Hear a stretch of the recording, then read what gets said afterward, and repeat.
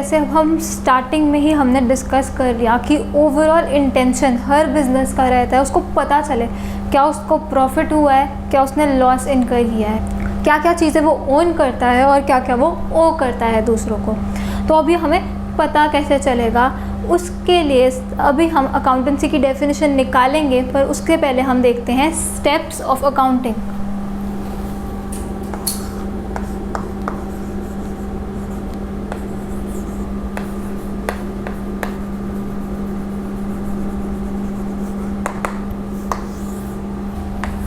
सबसे पहले हम क्या करेंगे, आइडेंटिफाई करेंगे ट्रांजैक्शंस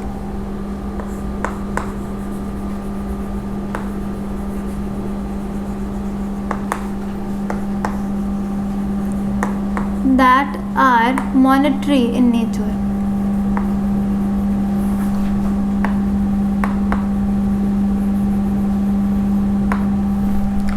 ओवरऑल प्रॉफिट और लॉस असर्टेन करने के लिए और अपनी फाइनेंशियल पोजीशन देखने के लिए सबसे पहले उन ट्रांजैक्शंस को आइडेंटिफाई करो जिनमें मनी इन्वॉल्व है, चाहे वो कैश हो चाहे वो क्रेडिट हो, उससे हमें लेना देना नहीं है। अगर हमारी फाइनेंशियल पोजीशन उस ट्रांजैक्शन से ऑल्टर हो रही है, ऐसी हर कोई ट्रांजैक्शन सबसे पहले हमें आइडेंटिफाई करनी होगी।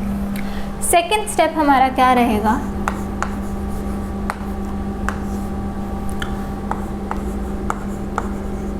Recording these transactions।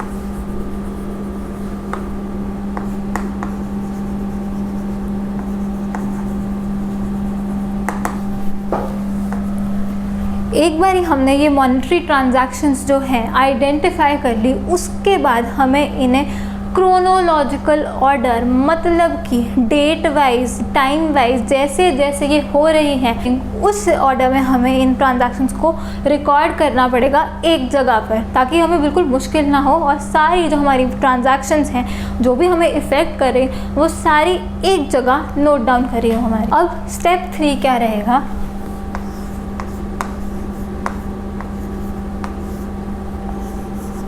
Grouping these transactions।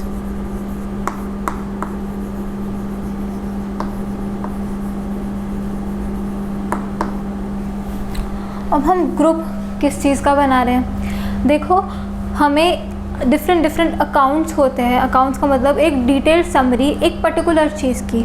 For example हमने एक बंदे से उधार माल खरीद लिया, उधार जिससे हमने ख़रीदा होता है उसको हम क्या बोलते हैं, क्रेडिटर बोलते हैं। हमने क्रेडिट परचेज कर ली उससे, कितने की, 1 लाख रुपए की। फिर हमने क्या किया, कुछ पेमेंट कर दी, फॉर एग्ज़ाम्पल 20,000, ठीक है। बैलेंस क्या बचा, 80। हमने फिर परचेज कर ली उससे, परचेज 2, फॉर एग्ज़ाम्पल 20 की कर ली। हमने एक और बार परचेज़ कर लिया उससे, purchase 3, 10,000।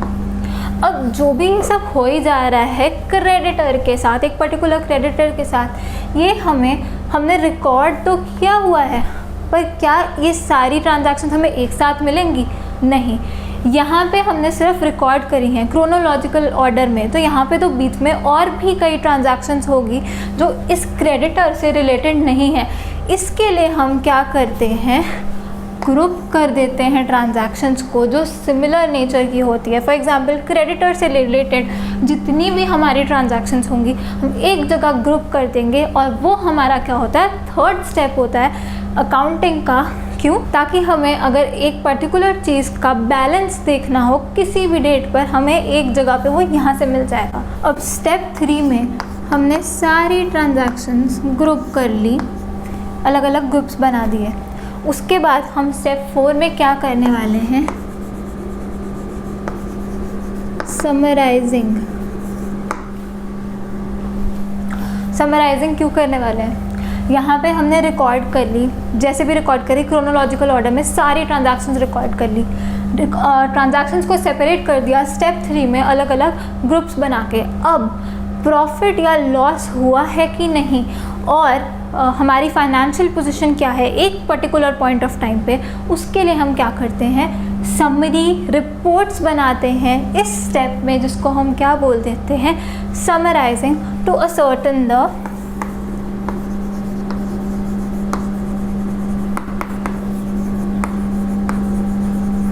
Overall profit oblique loss and financial position। तो ये हमारा क्या होता है, ये स्टेप 4 होता है अकाउंटिंग का। आगे इसका स्टेप 5 क्या होता है। आपने बिल्कुल भी डरना नहीं है ये सब देखकर, क्योंकि ये हर एक स्टेप एक एक चैप्टर है, तो बिल्कुल भी मत डरिए। ये सिर्फ हम अकाउंटिंग की डेफिनेशन जानने के लिए ये सारे स्टेप्स यहाँ पर लिख रहे हैं, और आपको हर चीज़ बहुत अच्छे से समझ में आएगी, क्योंकि ये इंडिविजुअल चैप्टर्स हैं सारे। तो नेक्स्ट स्टेप 5 में हमारा क्या होगा, analysing the results obtained.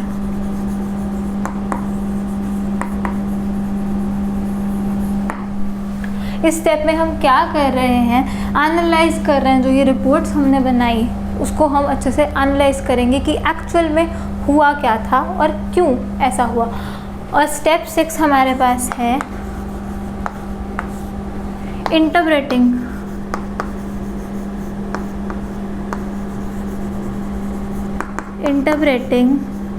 The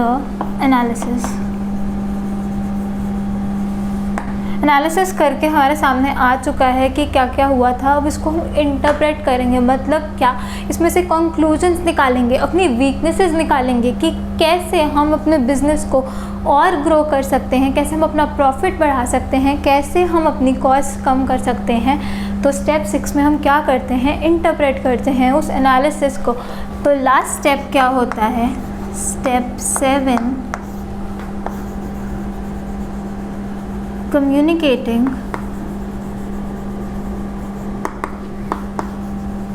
the results to the users of such financial information।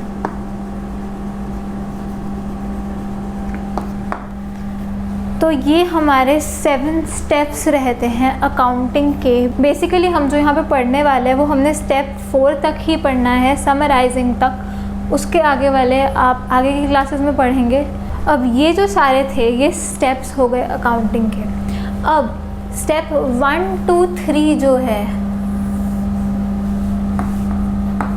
1 2 3 ये स्टेप्स को हम क्या बोलते हैं, बुक कीपिंग।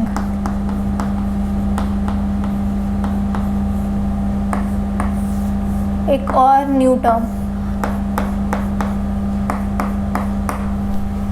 तो इसको हम क्या बोल देते हैं, बुक कीपिंग बोलते हैं। कि हम अपने रिकॉर्ड्स हमने बना लिए, पर ये अभी ऐसी इन्फॉर्मेशन है हमारे पास जो अभी हम इसको यूज़ नहीं कर सकते। ये अभी हमारे लिए रॉ डेटा है, एनालिसिस और कंक्लूजन के लिए ये यूज़ नहीं हो सकती। और अभी हमारी जो समरी रिपोर्ट्स हैं वो भी अभी तैयार नहीं हुई है। इसलिए इस प्रोसेस को हम क्या बोल देते हैं, step 1 2 3 identification, recording and grouping, they are together called as book keeping. सिर्फ बुक्स मेंटेन कर रहे हैं, सिर्फ डेटा है हमारे पास, पर अभी हम इससे कुछ भी हमें पता नहीं चला है, प्रॉफिट हुआ है, लॉस हुआ है, कुछ नहीं पता हमें, वो आगे के स्टेप्स में पता चलेगा। और टोटल जो है स्टेप 1 to 7 उसको हम क्या बोल देते हैं, उसको हम बोलते हैं अकाउंटिंग। ये होती है अकाउंटिंग।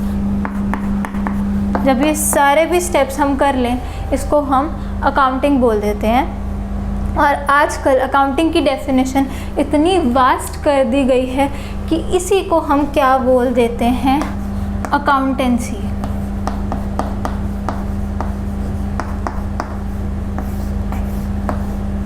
इसी को हम अकाउंटेंसी बोल देते हैं। पहले क्या होता था, एनालिसिस, इंटरप्रेटिंग, ये सब इसमें नहीं होता था डेफिनेशन में इंक्लूड, अकाउंटिंग की डेफिनेशन में। तो उसको हम ब्रॉडर सेंस में अकाउंटेंसी बोलते थे, जहाँ पे हमने एनालिसिस भी कर लिया और इंटरप्रेट भी कर लिया, मतलब कंक्लूजन्स ड्रॉ कर लिए, उसको हम अकाउंटेंसी बोलते थे। पर अब आज के केस में अकाउंटिंग की डेफिनेशन वास्ट कर दी गई है और यही अकाउंटेंसी है।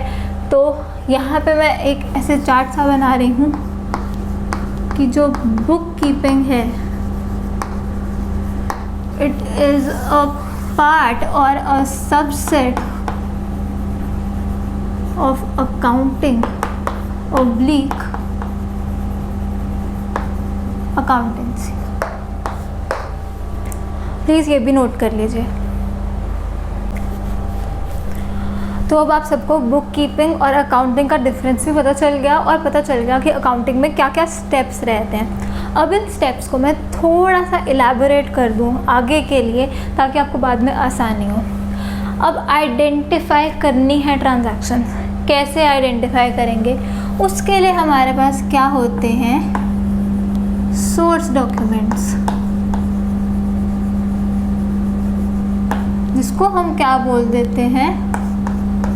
वाउचर, एक और न्यू वर्ड, तो वाउचर बोलते हैं सोर्स डॉक्यूमेंट्स को। अब वाउचर का एग्जाम्पल क्या होगा?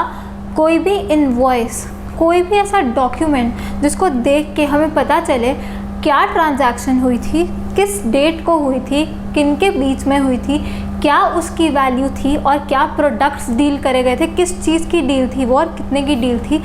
जो ऐसा कोई भी डॉक्यूमेंट जिसको देख के हमें ये सारी चीज़ें पता चले, उसको हम सोर्स डॉक्यूमेंट बोलते हैं और उसको अकाउंट्स की टर्म में हम क्या बोलते हैं? वाउचर बोलते हैं। तो आइडेंटिफाई हम कहाँ से करते हैं ट्रांजैक्शंस? वाउचर्स देख के हम आइडेंटिफाई करते हैं ट्रांजैक्शन। स्टेप 2 पे चलते हैं, रिकॉर्डिंग ऑफ द ट्रांजैक्शंस। अब रिकॉर्डिंग में मैंने आपको बताया था क्रोनोलॉजिकल ऑर्डर, मतलब date wise, time wise, as and when they happen, उस तरीके से आपने रिकॉर्ड करना है। जैसे जो ट्रांजैक्शन हो रही है वैसे वो ट्रांजैक्शन क्या होगी? रिकॉर्ड होगी। किस चीज़ में रिकॉर्ड होगी? उसको हम क्या बोलते हैं? जर्नल।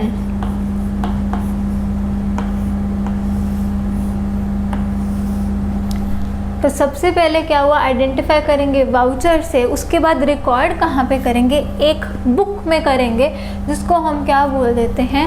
जर्नल बोलते हैं। नेक्स्ट आता है ग्रुपिंग का।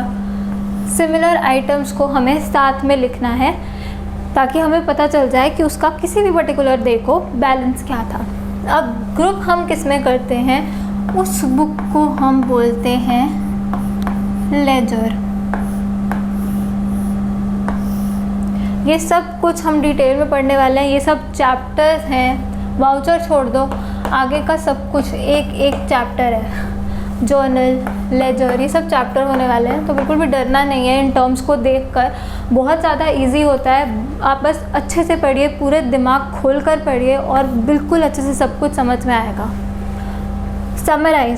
समराइज़ हम किस में करते हैं? जो मैंने आपको बोला था, समरी हमारी रिपोर्ट्स बन जाती हैं जिससे हमें पता चलता है प्रॉफिट हुआ कि लॉस इनकर कर लिया कंपनी ने, या हम जो ओन करते हैं और जो हम ओ करते हैं, फाइनेंशियल पोजीशन हमारी वो कैसे पता चलती है। 2 स्टेटमेंट्स बनाते हैं हम बेसिकली, वैसे तो 3 बनती है पर अभी के लिए हम इसको 2 पे रिस्ट्रिक्ट करेंगे। 2 स्टेटमेंट्स बनेंगी। एक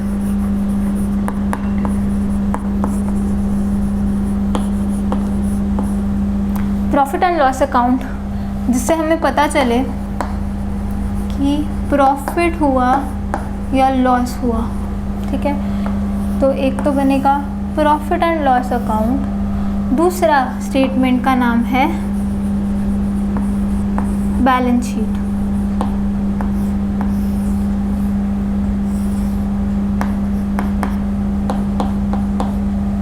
इससे हमें पता चलेगा क्या हम आज ओन कर रहे हैं और क्या हम आज ओ कर रहे हैं, कितना हमारे पास आज है और कितना हमें किसी को वापस देना है आज के टाइम। अब इन दोनों के बीच में एक और चीज़ रहती है, एक स्टेटमेंट बनती है जिसको हम क्या बोलते हैं? Trial balance.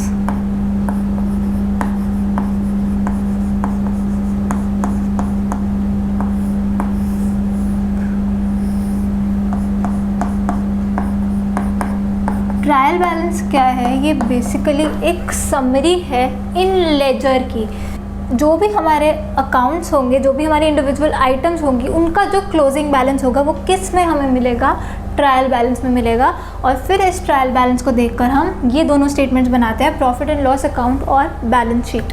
अब यहाँ पे मैं एक और चीज़ बता देती हूँ, ये voucher, journal, ledger, trial, profit and loss account और बैलेंस शीट, इसको हम क्या बोलते हैं?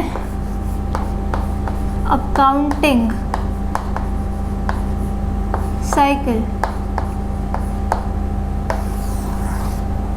ये पूरा का पूरा अकाउंटिंग साइकिल रहता है कि सबसे पहले हमने आइडेंटिफाई कर ली ट्रांजैक्शंस, मॉनेटरी ट्रांजैक्शंस, उसके बाद हमने उसको रिकॉर्ड किया, ग्रुप किया और समराइज़ किया। इससे हमारी पूरी जो अकाउंटिंग साइकिल है वो ख़त्म हो जाती है, जो बेसिक अकाउंटिंग साइकिल है वो ख़त्म हो जाती है।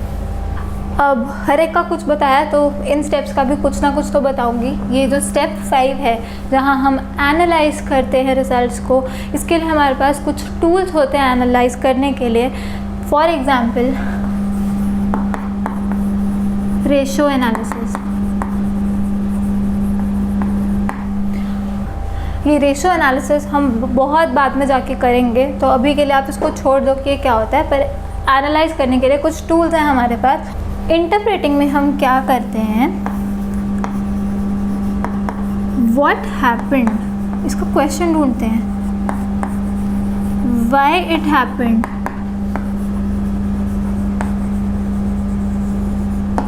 And what next will happen, मतलब आफ्टर इफेक्ट्स क्या रहेंगे। फोरकास्ट करने की कोशिश करते हैं यहाँ पर। फोरकास्ट मतलब आफ्टर इफेक्ट्स क्या रहेंगे, वो हम यहाँ पर ढूंढने की कोशिश करते हैं।